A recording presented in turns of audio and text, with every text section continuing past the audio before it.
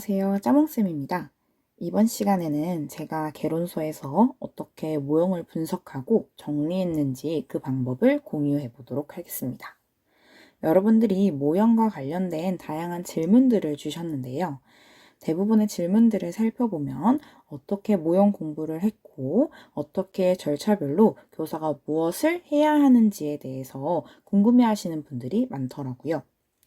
그래서 질의응답 영상에서도 답변을 하긴 했지만 보다 본격적으로 제가 어떻게 모형을 분석하고 정리했는지 알려드리면 보다 더 도움이 되지 않을까 하는 생각에서 이 영상을 준비해 보게 되었습니다.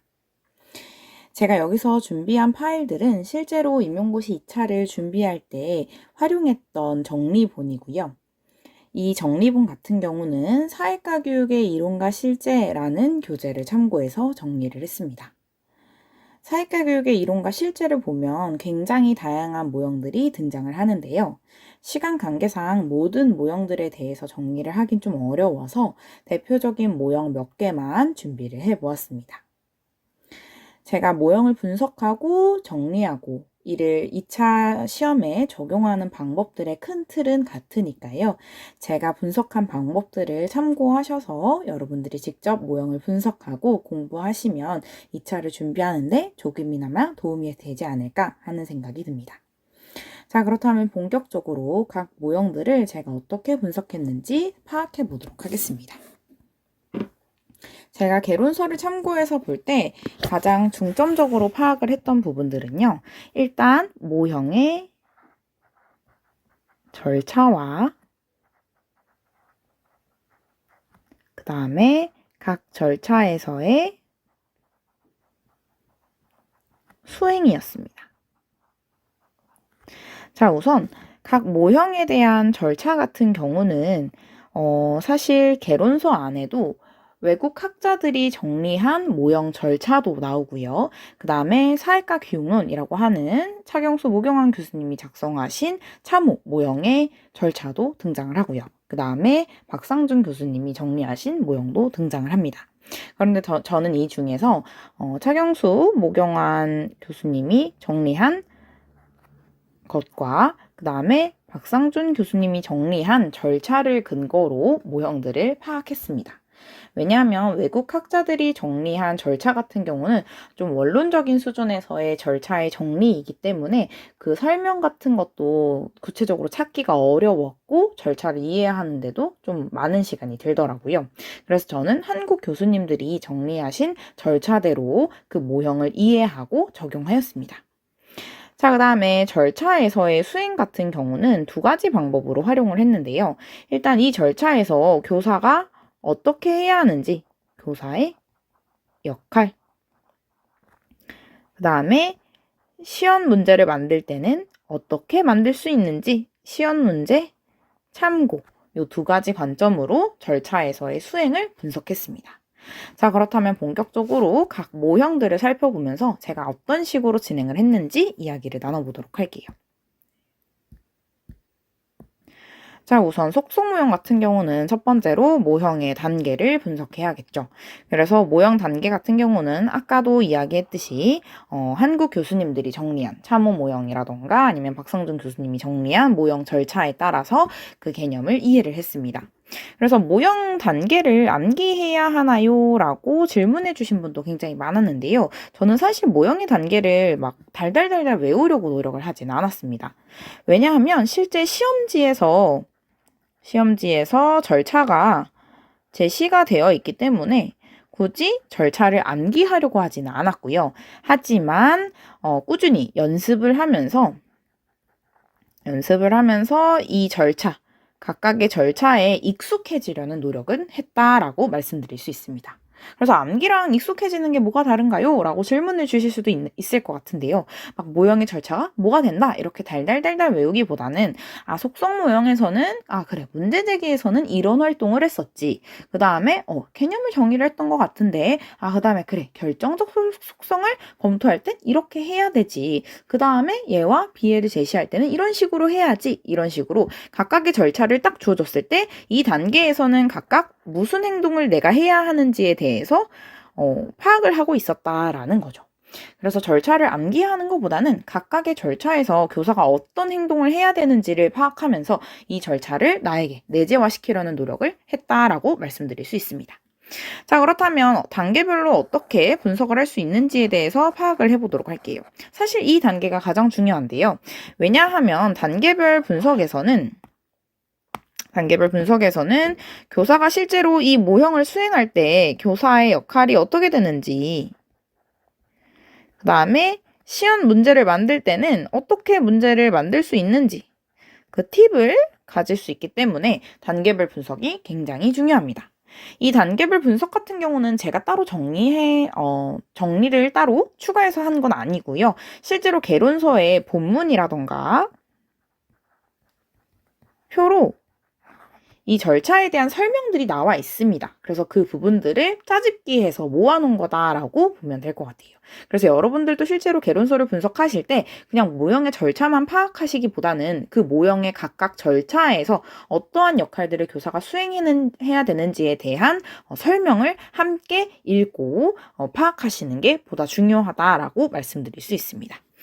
자, 그러면 실제 예시를 한번 볼게요. 여기 나와 있는 예시 같은 경우는 사회과 교육의 이론과 실제에서 등장한 예시인데요. 여기서는 속성 모형에 대해서 사회 집단이라는 속성에 대해 수업을 하겠다라고 예시가 나와 있습니다. 자, 그렇다면 문제 제기에선 어떠한 역할을 교사가 수행해야 하냐? 여기 나와 있죠. 개념과 관련된 현상을 제시해야 한다.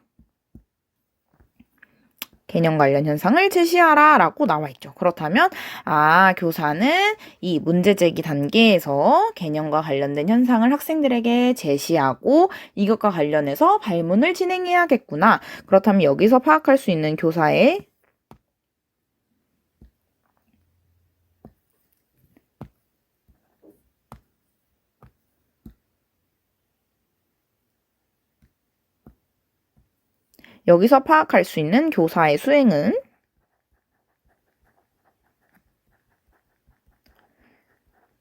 수행은 개념과 관련된 현상을 제시하는 거구나 라고 파악할 수 있습니다. 그 다음에 만약에 이걸 토대로 내가 시험 문제를 만들겠다라고 한다면 시험 문제에서는 처음에 문제 제기 단계에서 개념과 관련된 현상을 제시하라. 여기 같은 예시 보면 축구장 또는 야구장에서 붉은 티를 입고 응원하는 수천 명의 관중들 모습이라고 하는 자료를 제공해야겠죠. 그렇다면 개념 관련 자료를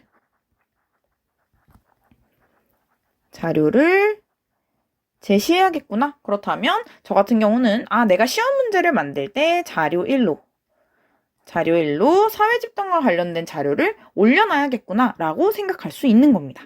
자, 그렇다면 교사는 여기서 어떻게 발문을 해야 되냐? 그 예시도 나와 있죠.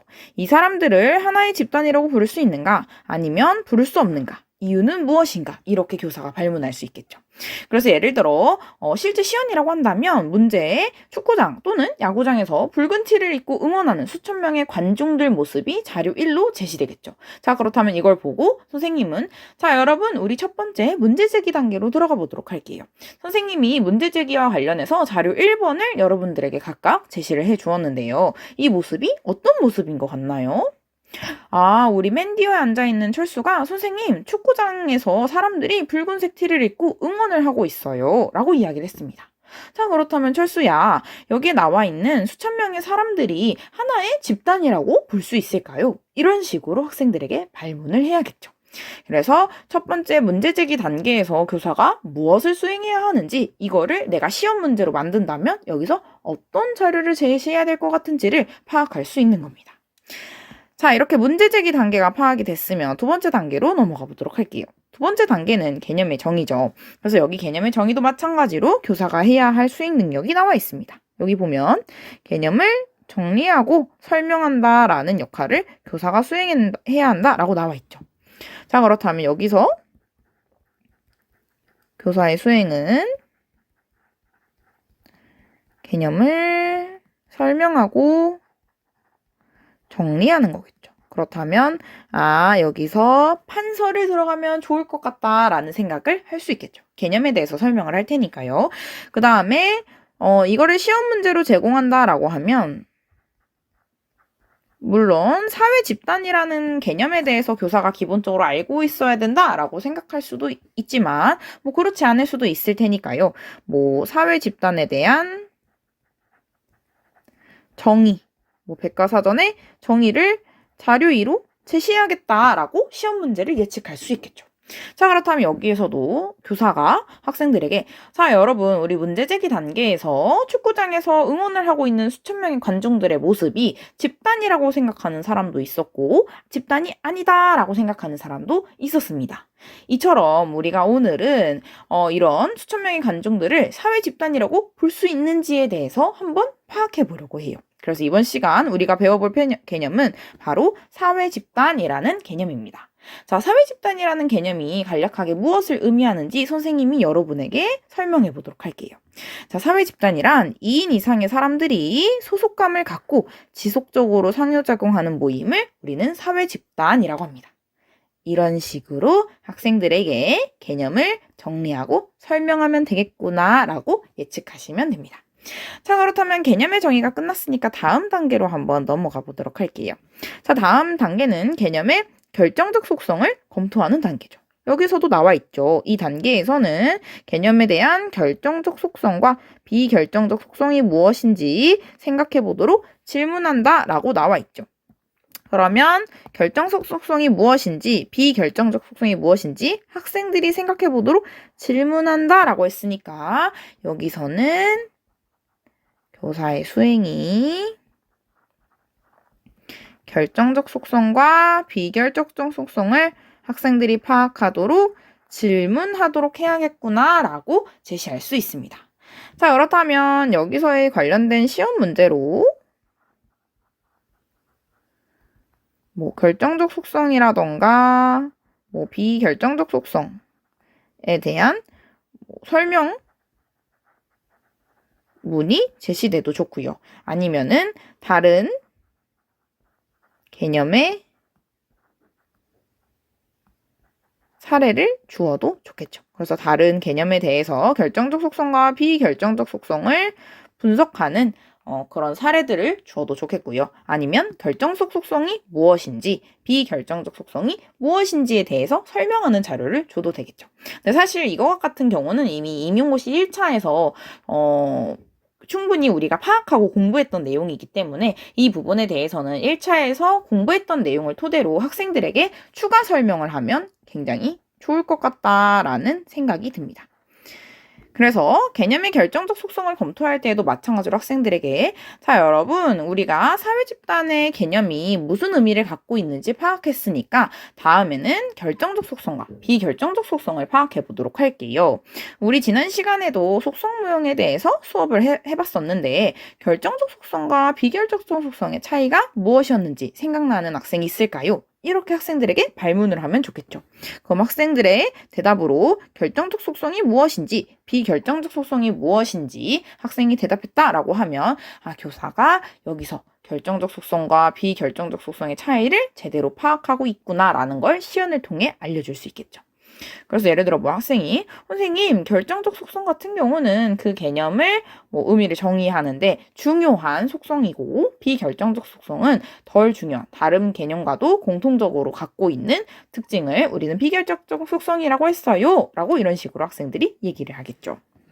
그렇다면 학생들에게 선생님이 우리 뭐 땡땡이가 결정적 속성과 비결정적 속성의 차이를 제대로 알고 있네요. 자, 그렇다면 여러분 땡땡이가 설명해준 결정적 속성과 비결정적 속성에 대한 차이를 머릿속으로 잘 인지하면서 사회 집단에 대한 결정적 속성과 뭐 비결정적 속성을 파악해 보도록 할게요. 뭐 이렇게 학생들에게 발문을 할 수 있겠죠. 그러면은 뭐 학생들이 모든별로 이거를 수행을 해도 좋고요. 아니면은 개별적으로 발표를 통해서 수행을 해도 좋겠죠. 그런데 우리는 이제 보통 순회 지도를 들어가니까 저 같은 경우는 보통 이 시간 결정적 속성을 검토하는 시간에 학생들끼리 모둠 내에서 결정적 속성과 비결정적 속성을 파악하도록 수행을 시켰습니다. 자, 그렇다면 뭐 순회 지도를 돌면서 뭐 자료에 나와 있겠죠. 자료에 나와 있으면 뭐 어떻게 분석했니? 라고 물어봤을 때, 자료 3번의 내용을 참고해서, 사회 집단의 결정적 속성은 구성원의 소속감과 지속적인 상호작용이고, 비결정적 속성은 2인 이상의 모임을 비결정적 속성이라고 파악했구나. 이런 식으로 자료에 대한 분석을 활용할 수 있겠죠. 그래서 이런 식으로 개념의 결정적 속성에 대한 검토가 끝났으면, 그 다음으로 개념의 예와 비예로 넘어가야겠죠. 그래서 여기서도 마찬가지로 개념에 대한 결정적 속성에 비춰서 학생들에게 예와 비예를 학생들이 제시할 수 있도록 질문한다 라고 나와 있죠. 그렇다면 마찬가지로 여기서 교사의 역할은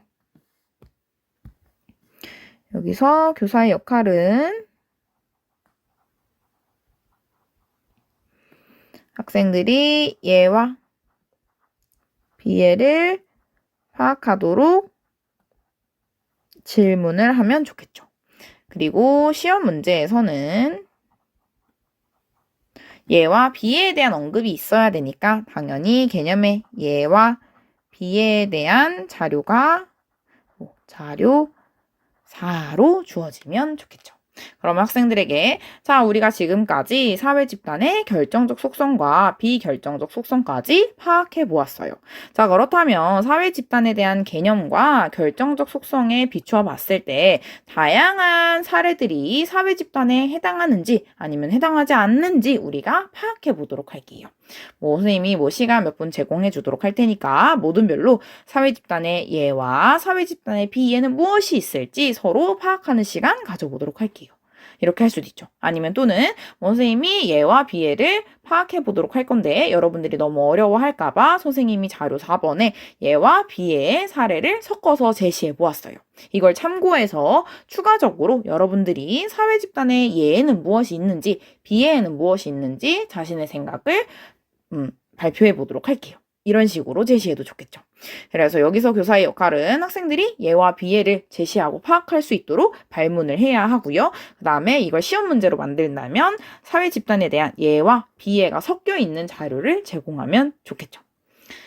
그 다음에 개념에 대한 이해도 검증으로 넘어가 보면 이 단계에서는 학생들에게 개념에 대한 다른 사례를 제시하고요. 개념과 관련된 다른 사례를 제시하고 그것이 왜 그 개념에 분류되는지를 설명하도록 요청을 합니다. 즉 학생들이 제대로 이해하고 있는지 파악을 하는 거죠.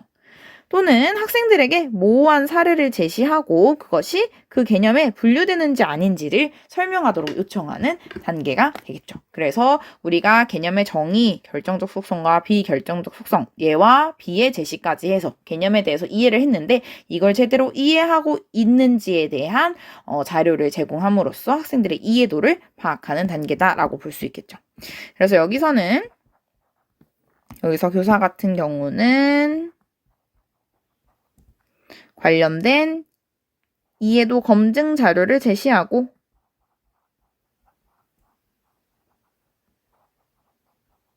그 다음에 발문을 통해 학생들이 잘 이해하고 있는지를 파악해야겠죠. 그리고 이 단계를 시험 문제로 만든다면 이해도를 검증할 수 있는 자료가 자료 5로 제시돼야겠죠. 그 다음에 마지막으로 사회문제 검토에 대해서는 마찬가지로 관련된 최근의 사회 현상에 대한 자료를 제시하고 이런 것들이 그 집단에 해당되는가와 같은 사회 문제, 사회 주제를 제시하고 그것이 우리 사회에 미치는 영향은 무엇인지 같은 추가 사회 현상과 관련된 추가 발문을 하면 되겠죠. 그래서 전반적으로 이렇게 단계를 분석을 했고요. 그 다음에 보통 단계를 분석하고 나면 어느 정도까지 출제가 될 것 같다까지 분석을 해서 들어갔거든요. 그래서 보통 저는 한 3개에서 4개의 단계를 3개에서 4개의 단계 정도를 출제가 되기에 유력하다라고 파악하고 이 4단계 정도에 대해서 시연 문제를 만들고 그 다음에 시연 연습을 진행을 했습니다. 그래서 실제로 3개 3개 또는 4개 단계에 한해서 시험 문제 제작과 연습까지 진행을 하시면 시간 내에 15분 또는 20분 내에 모형에 대한 시연이 적절하게 이루어질 수 있더라고요. 자, 그래서 이런 식으로 속성 모형에 대해서 분석을 진행을 했고요. 그 다음으로는 탐구 수업, 탐구 모형에 대해서 진행을 해보도록 하겠습니다. 탐구 모형도 마찬가지로 속성 모형을 분석하는 방법과 동일하게 진행을 합니다. 첫 번째로 일단 모형의 절차를 파악을 하죠. 그래서 한국 교수님들이 정리하신 절차에 따라서 이 탐구 수업의 모형이 어떻게 되는지를 파악을 하고요. 그 다음에 단계별 분석을 정리를 합니다. 마찬가지로 단계별 분석은 해당 개론서 본문이나 정리된 표의 내용을 함께 섞어서 각 단계별로 어떠한 역할을 교사가 수행해야 되는지를 정리하였습니다. 자, 그래서 첫 번째 단계로 한번 파악해 보도록 할게요. 탐구 수업의 첫 번째 단계는 문제제기 및 용어 정의인데 사실상 2개의 단계이기 때문에 이렇게 작게 2개로 분류를 해보도록 하겠습니다. 자, 그래서 첫 번째 문제 제기를 보면요. 교사는 사회 현상이나 문제와 관련된 다양한 시청각 자료, 신문 기사들을 제시함으로써 학생들의 흥미와 호기심을 자극하고 문제 해결책에 대해 조사할 필요성을 느끼도록 만들어야 한다라고 나와 있죠. 아, 그렇다면 일단 여기서 내가 시험 문제를 만든다면 사회 현상과 관련된 자료나 시청각 자료나 기사 등을 제공함으로써 흥미를 유발해야겠구나.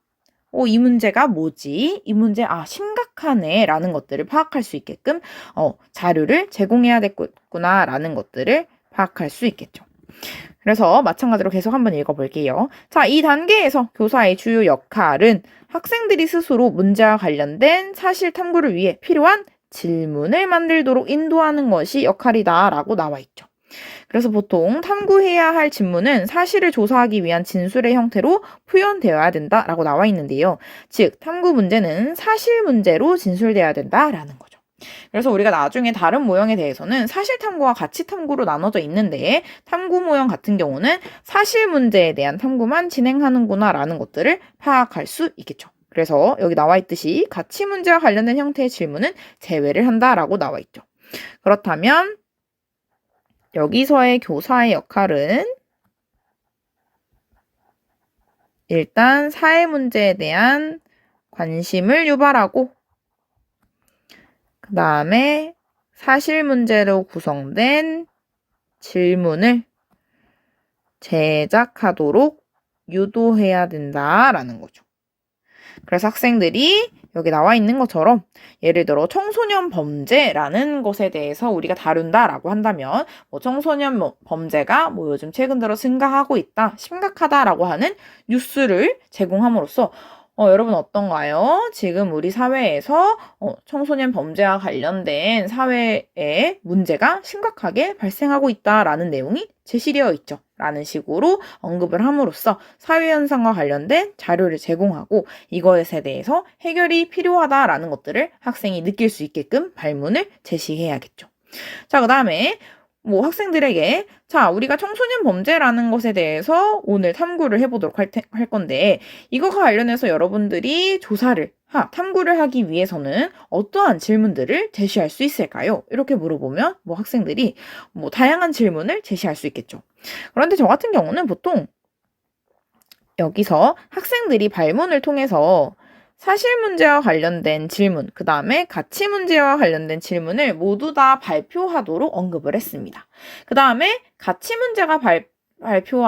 문제에 대한 질문을 발표한 학생들에 대해서는 땡땡이가 제시한 질문은 다른 친구들이 제시한 질문과 성격이 조금 다른 것 같네요. 어떻게 다른지 다른 학생이 설명해 줄 수 있을까요? 이렇게 발문을 한 다음에 다른 학생이 선생님 이 질문 같은 경우는 가치와 관련된 가치가 반영된 질문인 것 같습니다. 라고 파악을 하면 맞아요. 땡땡이가 얘기한 것처럼 A가 제시한 질문은 가치가 반영된 질문이라고 했죠. 자, 그렇다면 A야, 이렇게 가치가 반영된 질문들은 탐구학습에서 다룰 수 있을까요? 이렇게 물어보면 뭐 A 학생이 이건 다룰 수 없습니다. 그래서 왜? 라고 물어보면 탐구 수업에서는 과학적, 지식적 탐구를 하는 수업이기 때문에 가치와 관련된 문제들은 다루지 않는다. 이렇게 발문을 할 수 있겠죠. 그렇다면 우리가 지난 시간에 뭐 논쟁 문제 수업을 했었는데 거기서는 가치에 대한 문제도 우리가 함께 다뤄봤었죠. 뭐 그렇다면 우리가 이 주제를 가지고 다음 시간에는 논쟁 문제 수업에서 가치 문제까지 한번 다뤄보도록 할게요. 이번 시간에는 탐구 수업이니까 우리 오늘 사실 문제에 대한 질문들만 파악을 해보도록 할게요. 라고 함으로써 탐구 수업에서 사실에 대한 질문이 왜 중요한지, 왜 이것만을 파악하는지 함께 파악을 하려고 제시를 하였습니다. 자, 그래서 문제제기 단계에서 핵심적인 건 학생들의 관심을 유발하고 그 다음에 사실과 관련된 질문들을 학생들이 제시할 수 있도록 교사가 유도해야 한다라는 거겠죠. 자, 그 다음으로 용어의 정의로 넘어가 보도록 할게요. 자, 용어의 정의 보면 탐구 문제와 관련된 주요 용어들은 명확하게 정의할 필요가 있다라고 나와 있죠. 왜냐하면 저는 보통 이런 이유들을 중요하게 생각했습니다. 자, 여기 보면 사회과학자들도 같은 용어 또는 개념을 서로 다른 의미로 정의하여 사용하기 때문에 이렇게 하게 될 경우에는 토의가, 탐구가 이루어지기 어렵죠. 탐구가 적절하게 이루어지기 어렵다라고 나와 있죠. 그래서 교사와 학생은 전문 서적, 백과사전 등을 찾아서 일반적으로 받아들여진 용어의 의미를 정의하고요. 관련된 용어가 정의되면 교사는 학생들이 그 용의에 대해서 서로 합의하고 탐구 과정에서 동일한 의미로 사용하도록 안내해야 한다라고 나오고 있죠. 그래서 이 단계 같은 경우 여기서의 교사의 역할은 백과사전이라던가 전문 서적에서 나와 있는 정의를 안내하고 이걸 학생들이 서로 합의하에 이번 시간에 그 정의로 사용할 수 있도록 안내를 해야겠죠. 그 다음에 이거를 시험 문제로 만든다면 당연히 그 용어에 대한 정의가 제시되어 있는 뭐 사전에서 찾은 거던가 아니면 전문 서적에서 찾은 용어의 정의가 자료로 제공돼야겠죠. 그래서 이런 식으로 진행을 했고요. 여기에 제가 왜냐하면 뒤에 이것들이 중요하다라고 했었는데요. 그 이유는 이 단계에서 이게 중요한 근거이기 때문입니다. 우리가 왜 용어의 정의를 해야 하는지 그 중요성을 여기서 파악을 하고 있죠. 그렇다면 학생들에게 자, 우리 문제에 대해서 파악을 했으니 그 다음 단계인 용어 정의로 들어가 보도록 할게요. 자, 여기서 선생님이 탐구 수업에서 우리가 공통된 용어의 정의를 파악하고 그걸 함께 사용해야 한다라고 했었는데 왜 이렇게 해야 된다고 했는지 그 이유가 생각나는 학생이 있을까요? 이렇게 물어볼 수 있겠죠.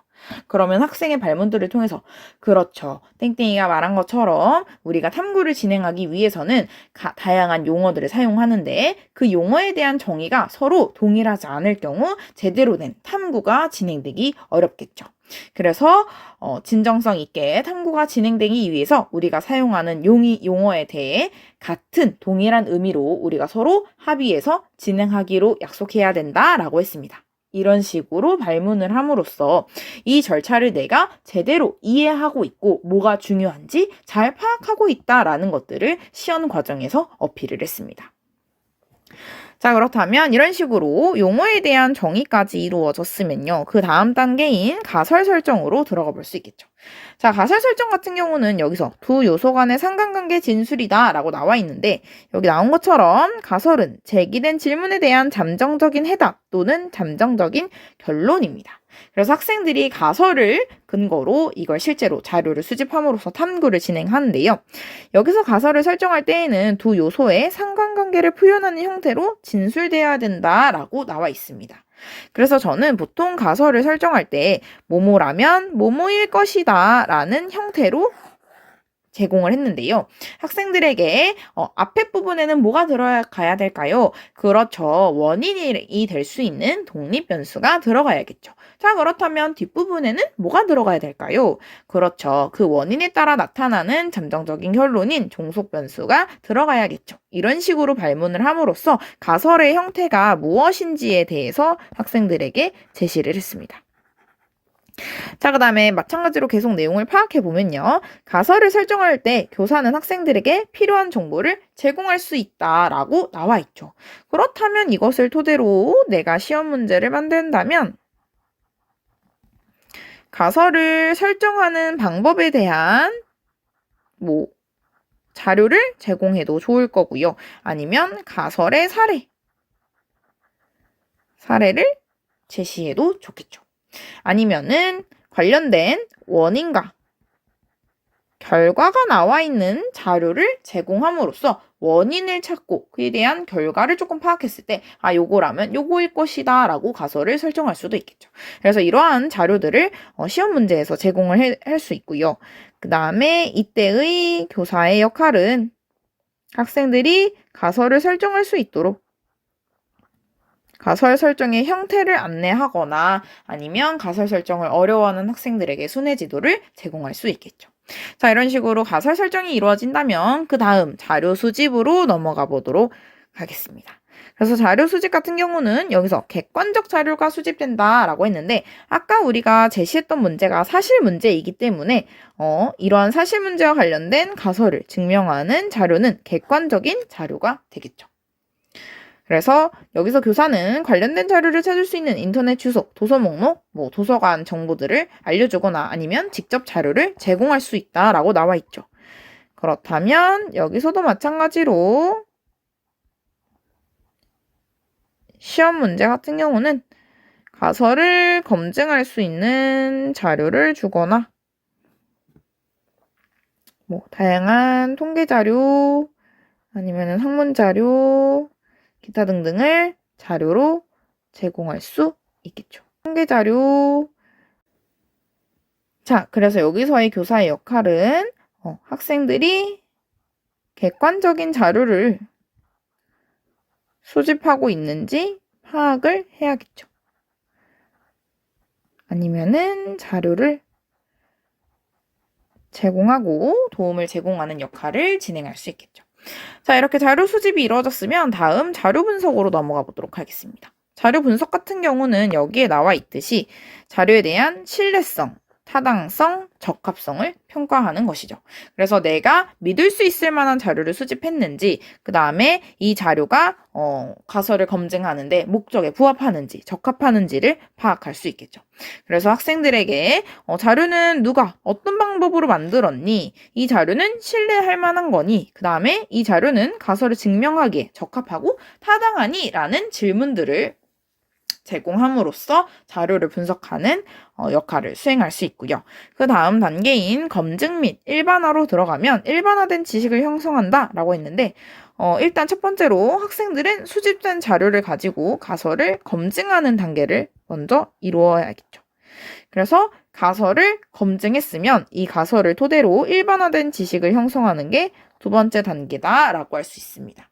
그래서 마찬가지로 탐구 모형 같은 경우도 전반적으로 전체적인 절차, 각각의 절차에서 이런 것들을 수행하는구나 라고 주로 파악을 했고요. 제가 주로 시연을 하는 단계는 한 3, 4단계 정도가 된다라고 말씀드렸듯이 탐구 수업에서도 자료 수집 또는 더 나아갔을 때는 자료 분석, 보통 자료 수집 정도에서 많이 마무리를 지었던 것 같습니다. 그래서 탐구 모형 같은 경우는 문제를 제기하고 용어를 정의하고 특히 가설을 설정하는 중심에 크게 중점을 두면서 이 모형을 진행을 했던 것 같습니다. 그래서 실제로 시연을 연습하실 때도요, 내가 어떤 단계를, 예를 들어 가설 설정부터 검증 일반화까지 단계를 수립하겠다라고 한다면 이 단계에서 교사가 어떤 역할을 해야 하는지를 보다 정확하게 파악을 하고 시연으로 넘어가시는 게 보다 도움이 될 것 같다라고 말씀드릴 수 있습니다. 자, 그 다음 단계인 문제 해결 학습으로 넘어가 보도록 하겠습니다. 자, 마찬가지로 문제 해결 학습도 모형의 절차를 먼저 파악을 했죠. 자, 제가 문제 해결 학습을 가져온 이유가 이 개론서에서 탐구 학습과 문제 해결 학습이 같이 등장을 하고 있습니다. 그래서 전반적인 큰 틀의 형태가 되게 유사한 것처럼 비춰지고 있는데요. 사실 개별적으로 살펴보면 그 내용에 있는 세부적인 것들이 조금 차이가 나고 있습니다. 그래서 어떻게 차이가 나는지 한번 파악해 보도록 할게요. 자, 첫 번째로 문제 해결 학습에서는 문제 사태를 파악하는 단계가 진행이 됩니다. 자, 그런데 여기서 특징적인 건 교사가 해야 할 역할이 뚜렷하게 등장하고 있다라는 건데요. 첫 번째, 일단 당혹스러운 문제 상황을 제시를 합니다. 즉, 지금 사회적으로 발생하는 문제가 굉장히 생활에 불편을 주고 인지적으로 불일치를 주고 있기 때문에 굉장히 심각한 문제다라는 것들을 언급할 수 있게 하죠. 그래서 마찬가지로 여기서의 교사의 역할은 자료를 제시하고요. 그 다음에 두 번째 나와 있는 것처럼 심각성에 대해서 공감하는 단계를 진행해야 합니다. 문제에 공감하기라는 절차가 특징적으로 나와 있기 때문에 이 단계에 저는 힘을 실어서 문제 제기를 진행을 하였어요. 그래서 문제 해결 학습 같은 경우는 얘들아, 이 문제가 우리 사회의 개인 또는 사회에게 어떠한 영향을 미칠 수 있을까요? 또는 이 문제가 얼마나 심각하다고 생각하나요? 또는 이 문제에 대해서 심각하다고 생각하는 사람 손 한번 들어보도록 할게요. 이런 식으로 심각성을 파악하는데 보다 시각화해서 제시하였습니다. 그래서 예를 들어, 자, 지금 쓰레기 문제에 대해서 선생님이 제시를 했는데 이 문제가 심각하다고 생각하는 사람 손 들어볼까요? 아, 모든 학생들이 지금 쓰레기 문제가 심각한 것 같다라고 생각해서 손을 들어주고 있네요. 이런 식으로 모든 학생들이 손을 들었다라는 식으로 시각화 표현을 함으로써 심각성을 파악할 수 있도록 했고요. 그 다음에 여기서의 발문도 이러한 문제가 개인에게 미치는 영향은 무엇이 있을까요? 또는 사회에 미치는 영향은 무엇이 있을까요? 라고 발문을 진행을 하였습니다. 그래서 자, 쓰레기 불법 투기 문제가 개인 또는 사회에 어떤 영향을 미치나요? 또는 개인이 피해를 본 사례가 있나요? 라고 했을 때 우리 오른쪽에 앉아있는 땡땡이가 선생님, 저는 쓰레기 불법 투기로 인해서 악취가 발생해서 밤마다 잠을 잘 못 잡니다. 라고 대답을 해주었네요. 맞아요. 쓰레기 투기 문제가 땡땡이 개인의 삶에 굉장히 심각한 문제를 미치고 있군요. 이런 식으로 학생들, 개인에게 또는 사회에게 어떠한 영향을 미치는지 질문을 함으로써 이러한 심각성을 제대로 파악하고 공감하게끔 힘을 줘서 문제 제기를 진행을 하였습니다. 그래서 여기서 시험 문제를 만든다고 한다면 당연히 관련 문제에 대한 자료를 제시해야겠죠. 그래서 이것과 관련된 주민들의 인터뷰 기사라던가 아니면 이 문제에 대해서 개인적, 사회적 영향에 대한 자료를 제공하는 것도 좋겠죠. 그래서 자료 1번에 나온 것처럼 많은 사람들이, 많은 사회가 이 문제로 인해서 피해를 보고 있네요. 이렇게 파악할 수도 있겠죠. 자, 그 다음에 두 번째로 넘어가서 문제의 원인 확인으로 들어갈 수 있습니다. 자, 여기선 특징적인 게 문제의 원인에 대한 브레인스토밍을 한다라고 나와 있는데요. 그럼 학생들에게 자, 여러분, 우리가 쓰레기 문제, 불법 투기 문제의 원인이 무엇인지 파악하기 위해서 브레인스토밍을 진행하도록 할 거예요. 자, 그래서 여기서 브레인스토밍이 나왔다라고 해서 제가 따로 브레인스토밍의 원칙을 조사를 했는데요. 이거는 개론서에 나와 있는 것은 아니고요. 제가 별도로 브레인스토밍 원칙에 대해서 조사를 해 둔 겁니다. 그래서 브레인스토밍 원칙을 보면 일단 첫 번째, 비판하지 않는다. 그 다음에 다양한 아이디어를 제공한다. 그 다음에 독특한 아이디어를 제공하고 제공된 아이디어를 결합한다. 라고 원칙이 나와 있더라고요. 그렇다면 학생들에게 자, 우리 지금부터 원인에 대한 브레인스토밍을 할 건데 여러분, 선생님이 브레인스토밍 원칙이 뭐라고 했었죠? 그렇죠. 첫 번째, 비판 금지. 두 번째, 다양한 아이디어. 이런 식으로 학생들이 브레인스토밍 원칙을 알고 있다라고 언급함으로써 시연을 진행을 했습니다. 자, 그렇다면 여기서도 시연 자료로 다양한 원인에 대한 자료를 제공하면 좋겠죠. 그래서 예를 들어 학생들에게 여러분들이 원인을 추가적으로 파악을 해도 좋고요. 선생님이 각종 원인들이 등장한 자료들을 제공을 했습니다. 그래서 여기서 나온 것들을 토대로 여러분들이 브레인스토밍 과정을 거치면서 원인에는 무엇이 있을지 생각하고 정리해 보도록 할게요. 이렇게 안내를 해도 좋겠죠. 그래서 여기서 교사는 학생들이 브레인스토밍을 할 수 있도록 안내하고 이거를 판서하면 좋겠죠. 자, 그 다음에 문제의 원인을 확인했으면 그 다음 단계로 원인에 대한 잠정적인 가설을 수립해라 라고 등장하고 있습니다. 그래서 마찬가지로 가설 수립이기 때문에 가설에 대한 형태를 당연히 학생들에게 제공해야 될 거고요. 이거에 대해서 뭐 교사가 가설을 학생들이 잘 수립하고 있는지 검사하고 파악하는 순회 지도를 진행하면 되겠죠. 자, 그 다음 단계인 정보 수집으로 들어가 보면요. 학생들이 문제 해결을 할 수 있는 관련 정보를 수집하고 수집된 자료를 가공한다고 나와 있습니다. 그 다음에 자료를 통해서 결론, 즉 가설을 검증한다라고 나와 있겠죠. 그래서 이걸 토대로 시험 문제를 만든다면 가설을 검증할 수 있는 자료가 당연히 제공돼야겠죠. 그 다음에 여기서의 교사의 역할은 마찬가지로 학생들이 올바르게 자료를 수집하는지, 그 다음에 그 자료를 토대로 어떻게 검증을 하고 있는지를 분석할 줄 알아야겠죠. 자, 그 다음 단계인 대안 제시로 넘어가면요. 마찬가지로 또 문제 해결에 대한 브레인스토밍이 한 번 더 등장을 합니다.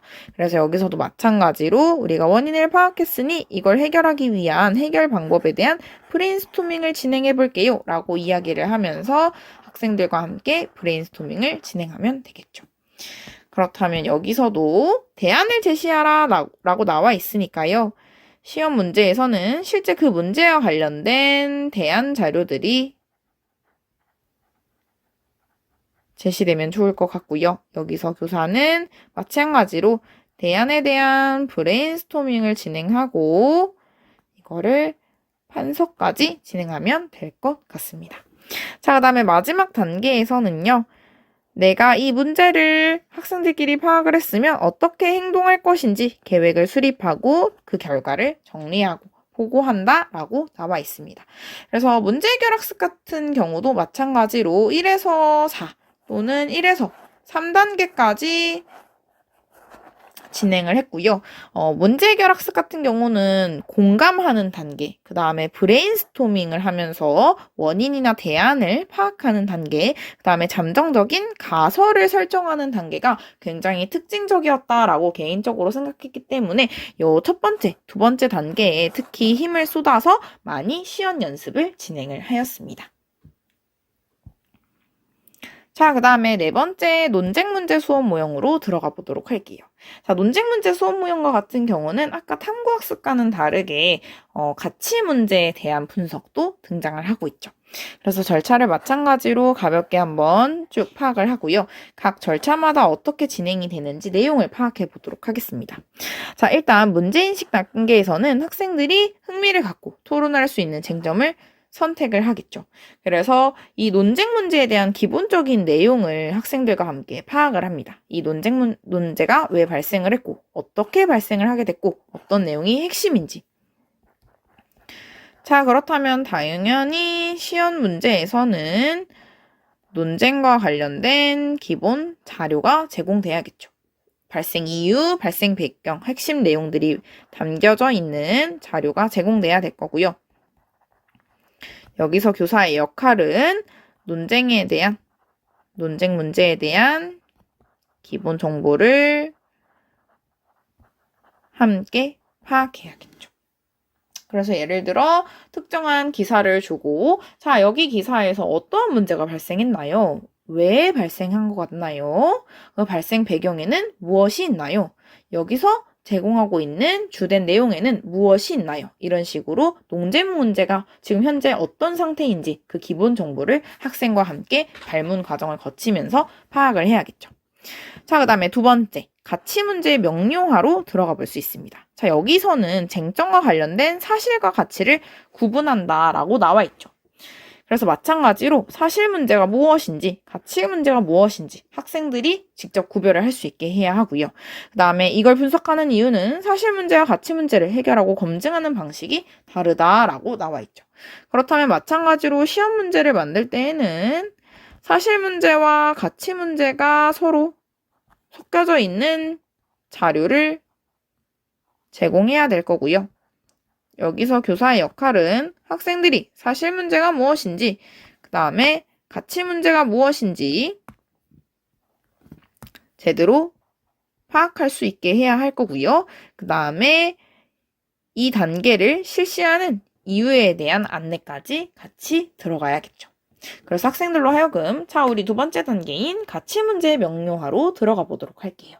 자, 우리가 가치문제 명료화에서는 무엇을 진행한다고 했었죠? 그렇죠. 사실 문제가 무엇인지, 가치 문제가 무엇인지, 쟁점과 관련된 문제를 사실 문제와 가치 문제로 구분한다 라고 했었죠. 자, 그렇다면 이걸 왜 구분해야 하는지 그 이유까지 생각나는 학생이 있을까요? 그렇죠. 여러분들이 잘 이야기한 것처럼 사실 문제나 가치 문제를 해결하고 검증하는 방식이 서로 다르기 때문이었죠. 자, 그렇다면 우리가 지금부터 본격적으로 자료 2에 나와 있는 문제들을 파악해 보면서 어떤 것이 사실 문제인지, 어떤 것이 가치 문제인지 파악해 보도록 할게요. 이런 식으로 안내하면 좋겠죠. 자, 그래서 사실 문제와 가치 문제를 파악할 때는 사실 문제는 객관적으로 검증이 가능한 문제고 가치 문제 같은 경우는 가치가 반영되어 있는 문제다라는 식으로 학생들에게 정리해서 안내를 하였습니다. 자, 그 다음에 우리가 가치 문제를 분석하려 하면요. 쟁점의 원천인 가치가 무엇이 있는지 서로 비교하고 파악을 해야겠죠. 그래서 가치 문제에는 이러이러한 가치와 이러이러한 가치가 서로 대립을 하고 있는 것 같아요. 라는 식으로 학생 발문들을 통해서 가치 문제에 어떤 가치들이 들어가 있는가 라는 것까지 파악을 진행해야 될 것 같습니다. 자, 그 다음에 용어의 정리로 넘어가면요. 아까 탐구학습과 마찬가지로 똑같은 용어에 대해서 문제를 진행함에 있어서 서로 공유하고 정의가 되어야 같은 방향으로 논쟁 문제에 대한 수업이 진행될 수 있기 때문에 우리가 용어 정의를 해야 한다라는 것들이 학생들이 파악이 돼야겠죠. 그 다음에 전문 용어나 개념에 대한 정의는 전문서적이나 백과사전 등에서 규정한다라고 했기 때문에 똑같이 정의에 대한 자료가 주어져야 될 거고요. 여기서의 교사는 우리가 용어의 정의를 내리는 이유, 이게 파악이 돼야 될 거고요. 그 다음에 어떻게 정의가 되었는지 그 내용까지 학생과 함께 파악을 해야겠죠. 자, 그 다음에 용어 정의까지 이루어지면요. 다음으로 사실 확인과 검증이 이루어지게 됩니다. 여기서는 이제 사실 문제에 대한 검증이 이루어지게 되는 건데요. 사실 문제이기 때문에 당연히 객관적인 자료를 수집해야 되고 검증이 이루어져야겠죠. 그래서 여기서의 시험 문제를 만든다고 한다면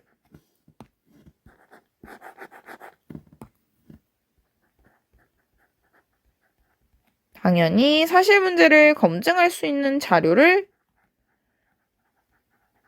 제공해야 될 거고요. 그 다음에 이때의 교사의 역할은 이게 객관적인 자료인지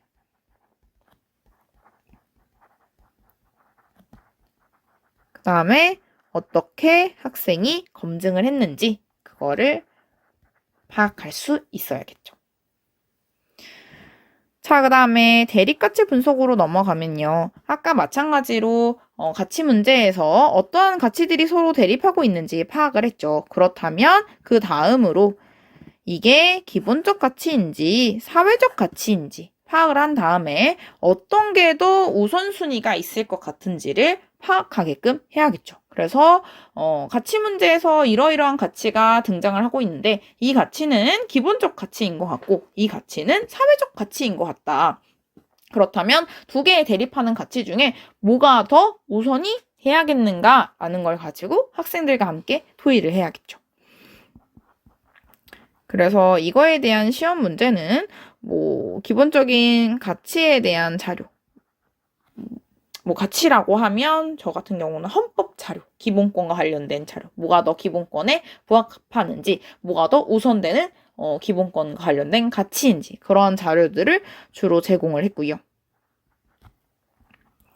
그 다음에 여기서 교사의 역할들은 당연히 그 가치를 일단 기본적 가치와 사회적 가치로 구분하게끔 해야 되겠고요. 그 다음에 이것들에 대한 우선순위를 정할 수 있도록 발문이 진행이 돼야겠죠.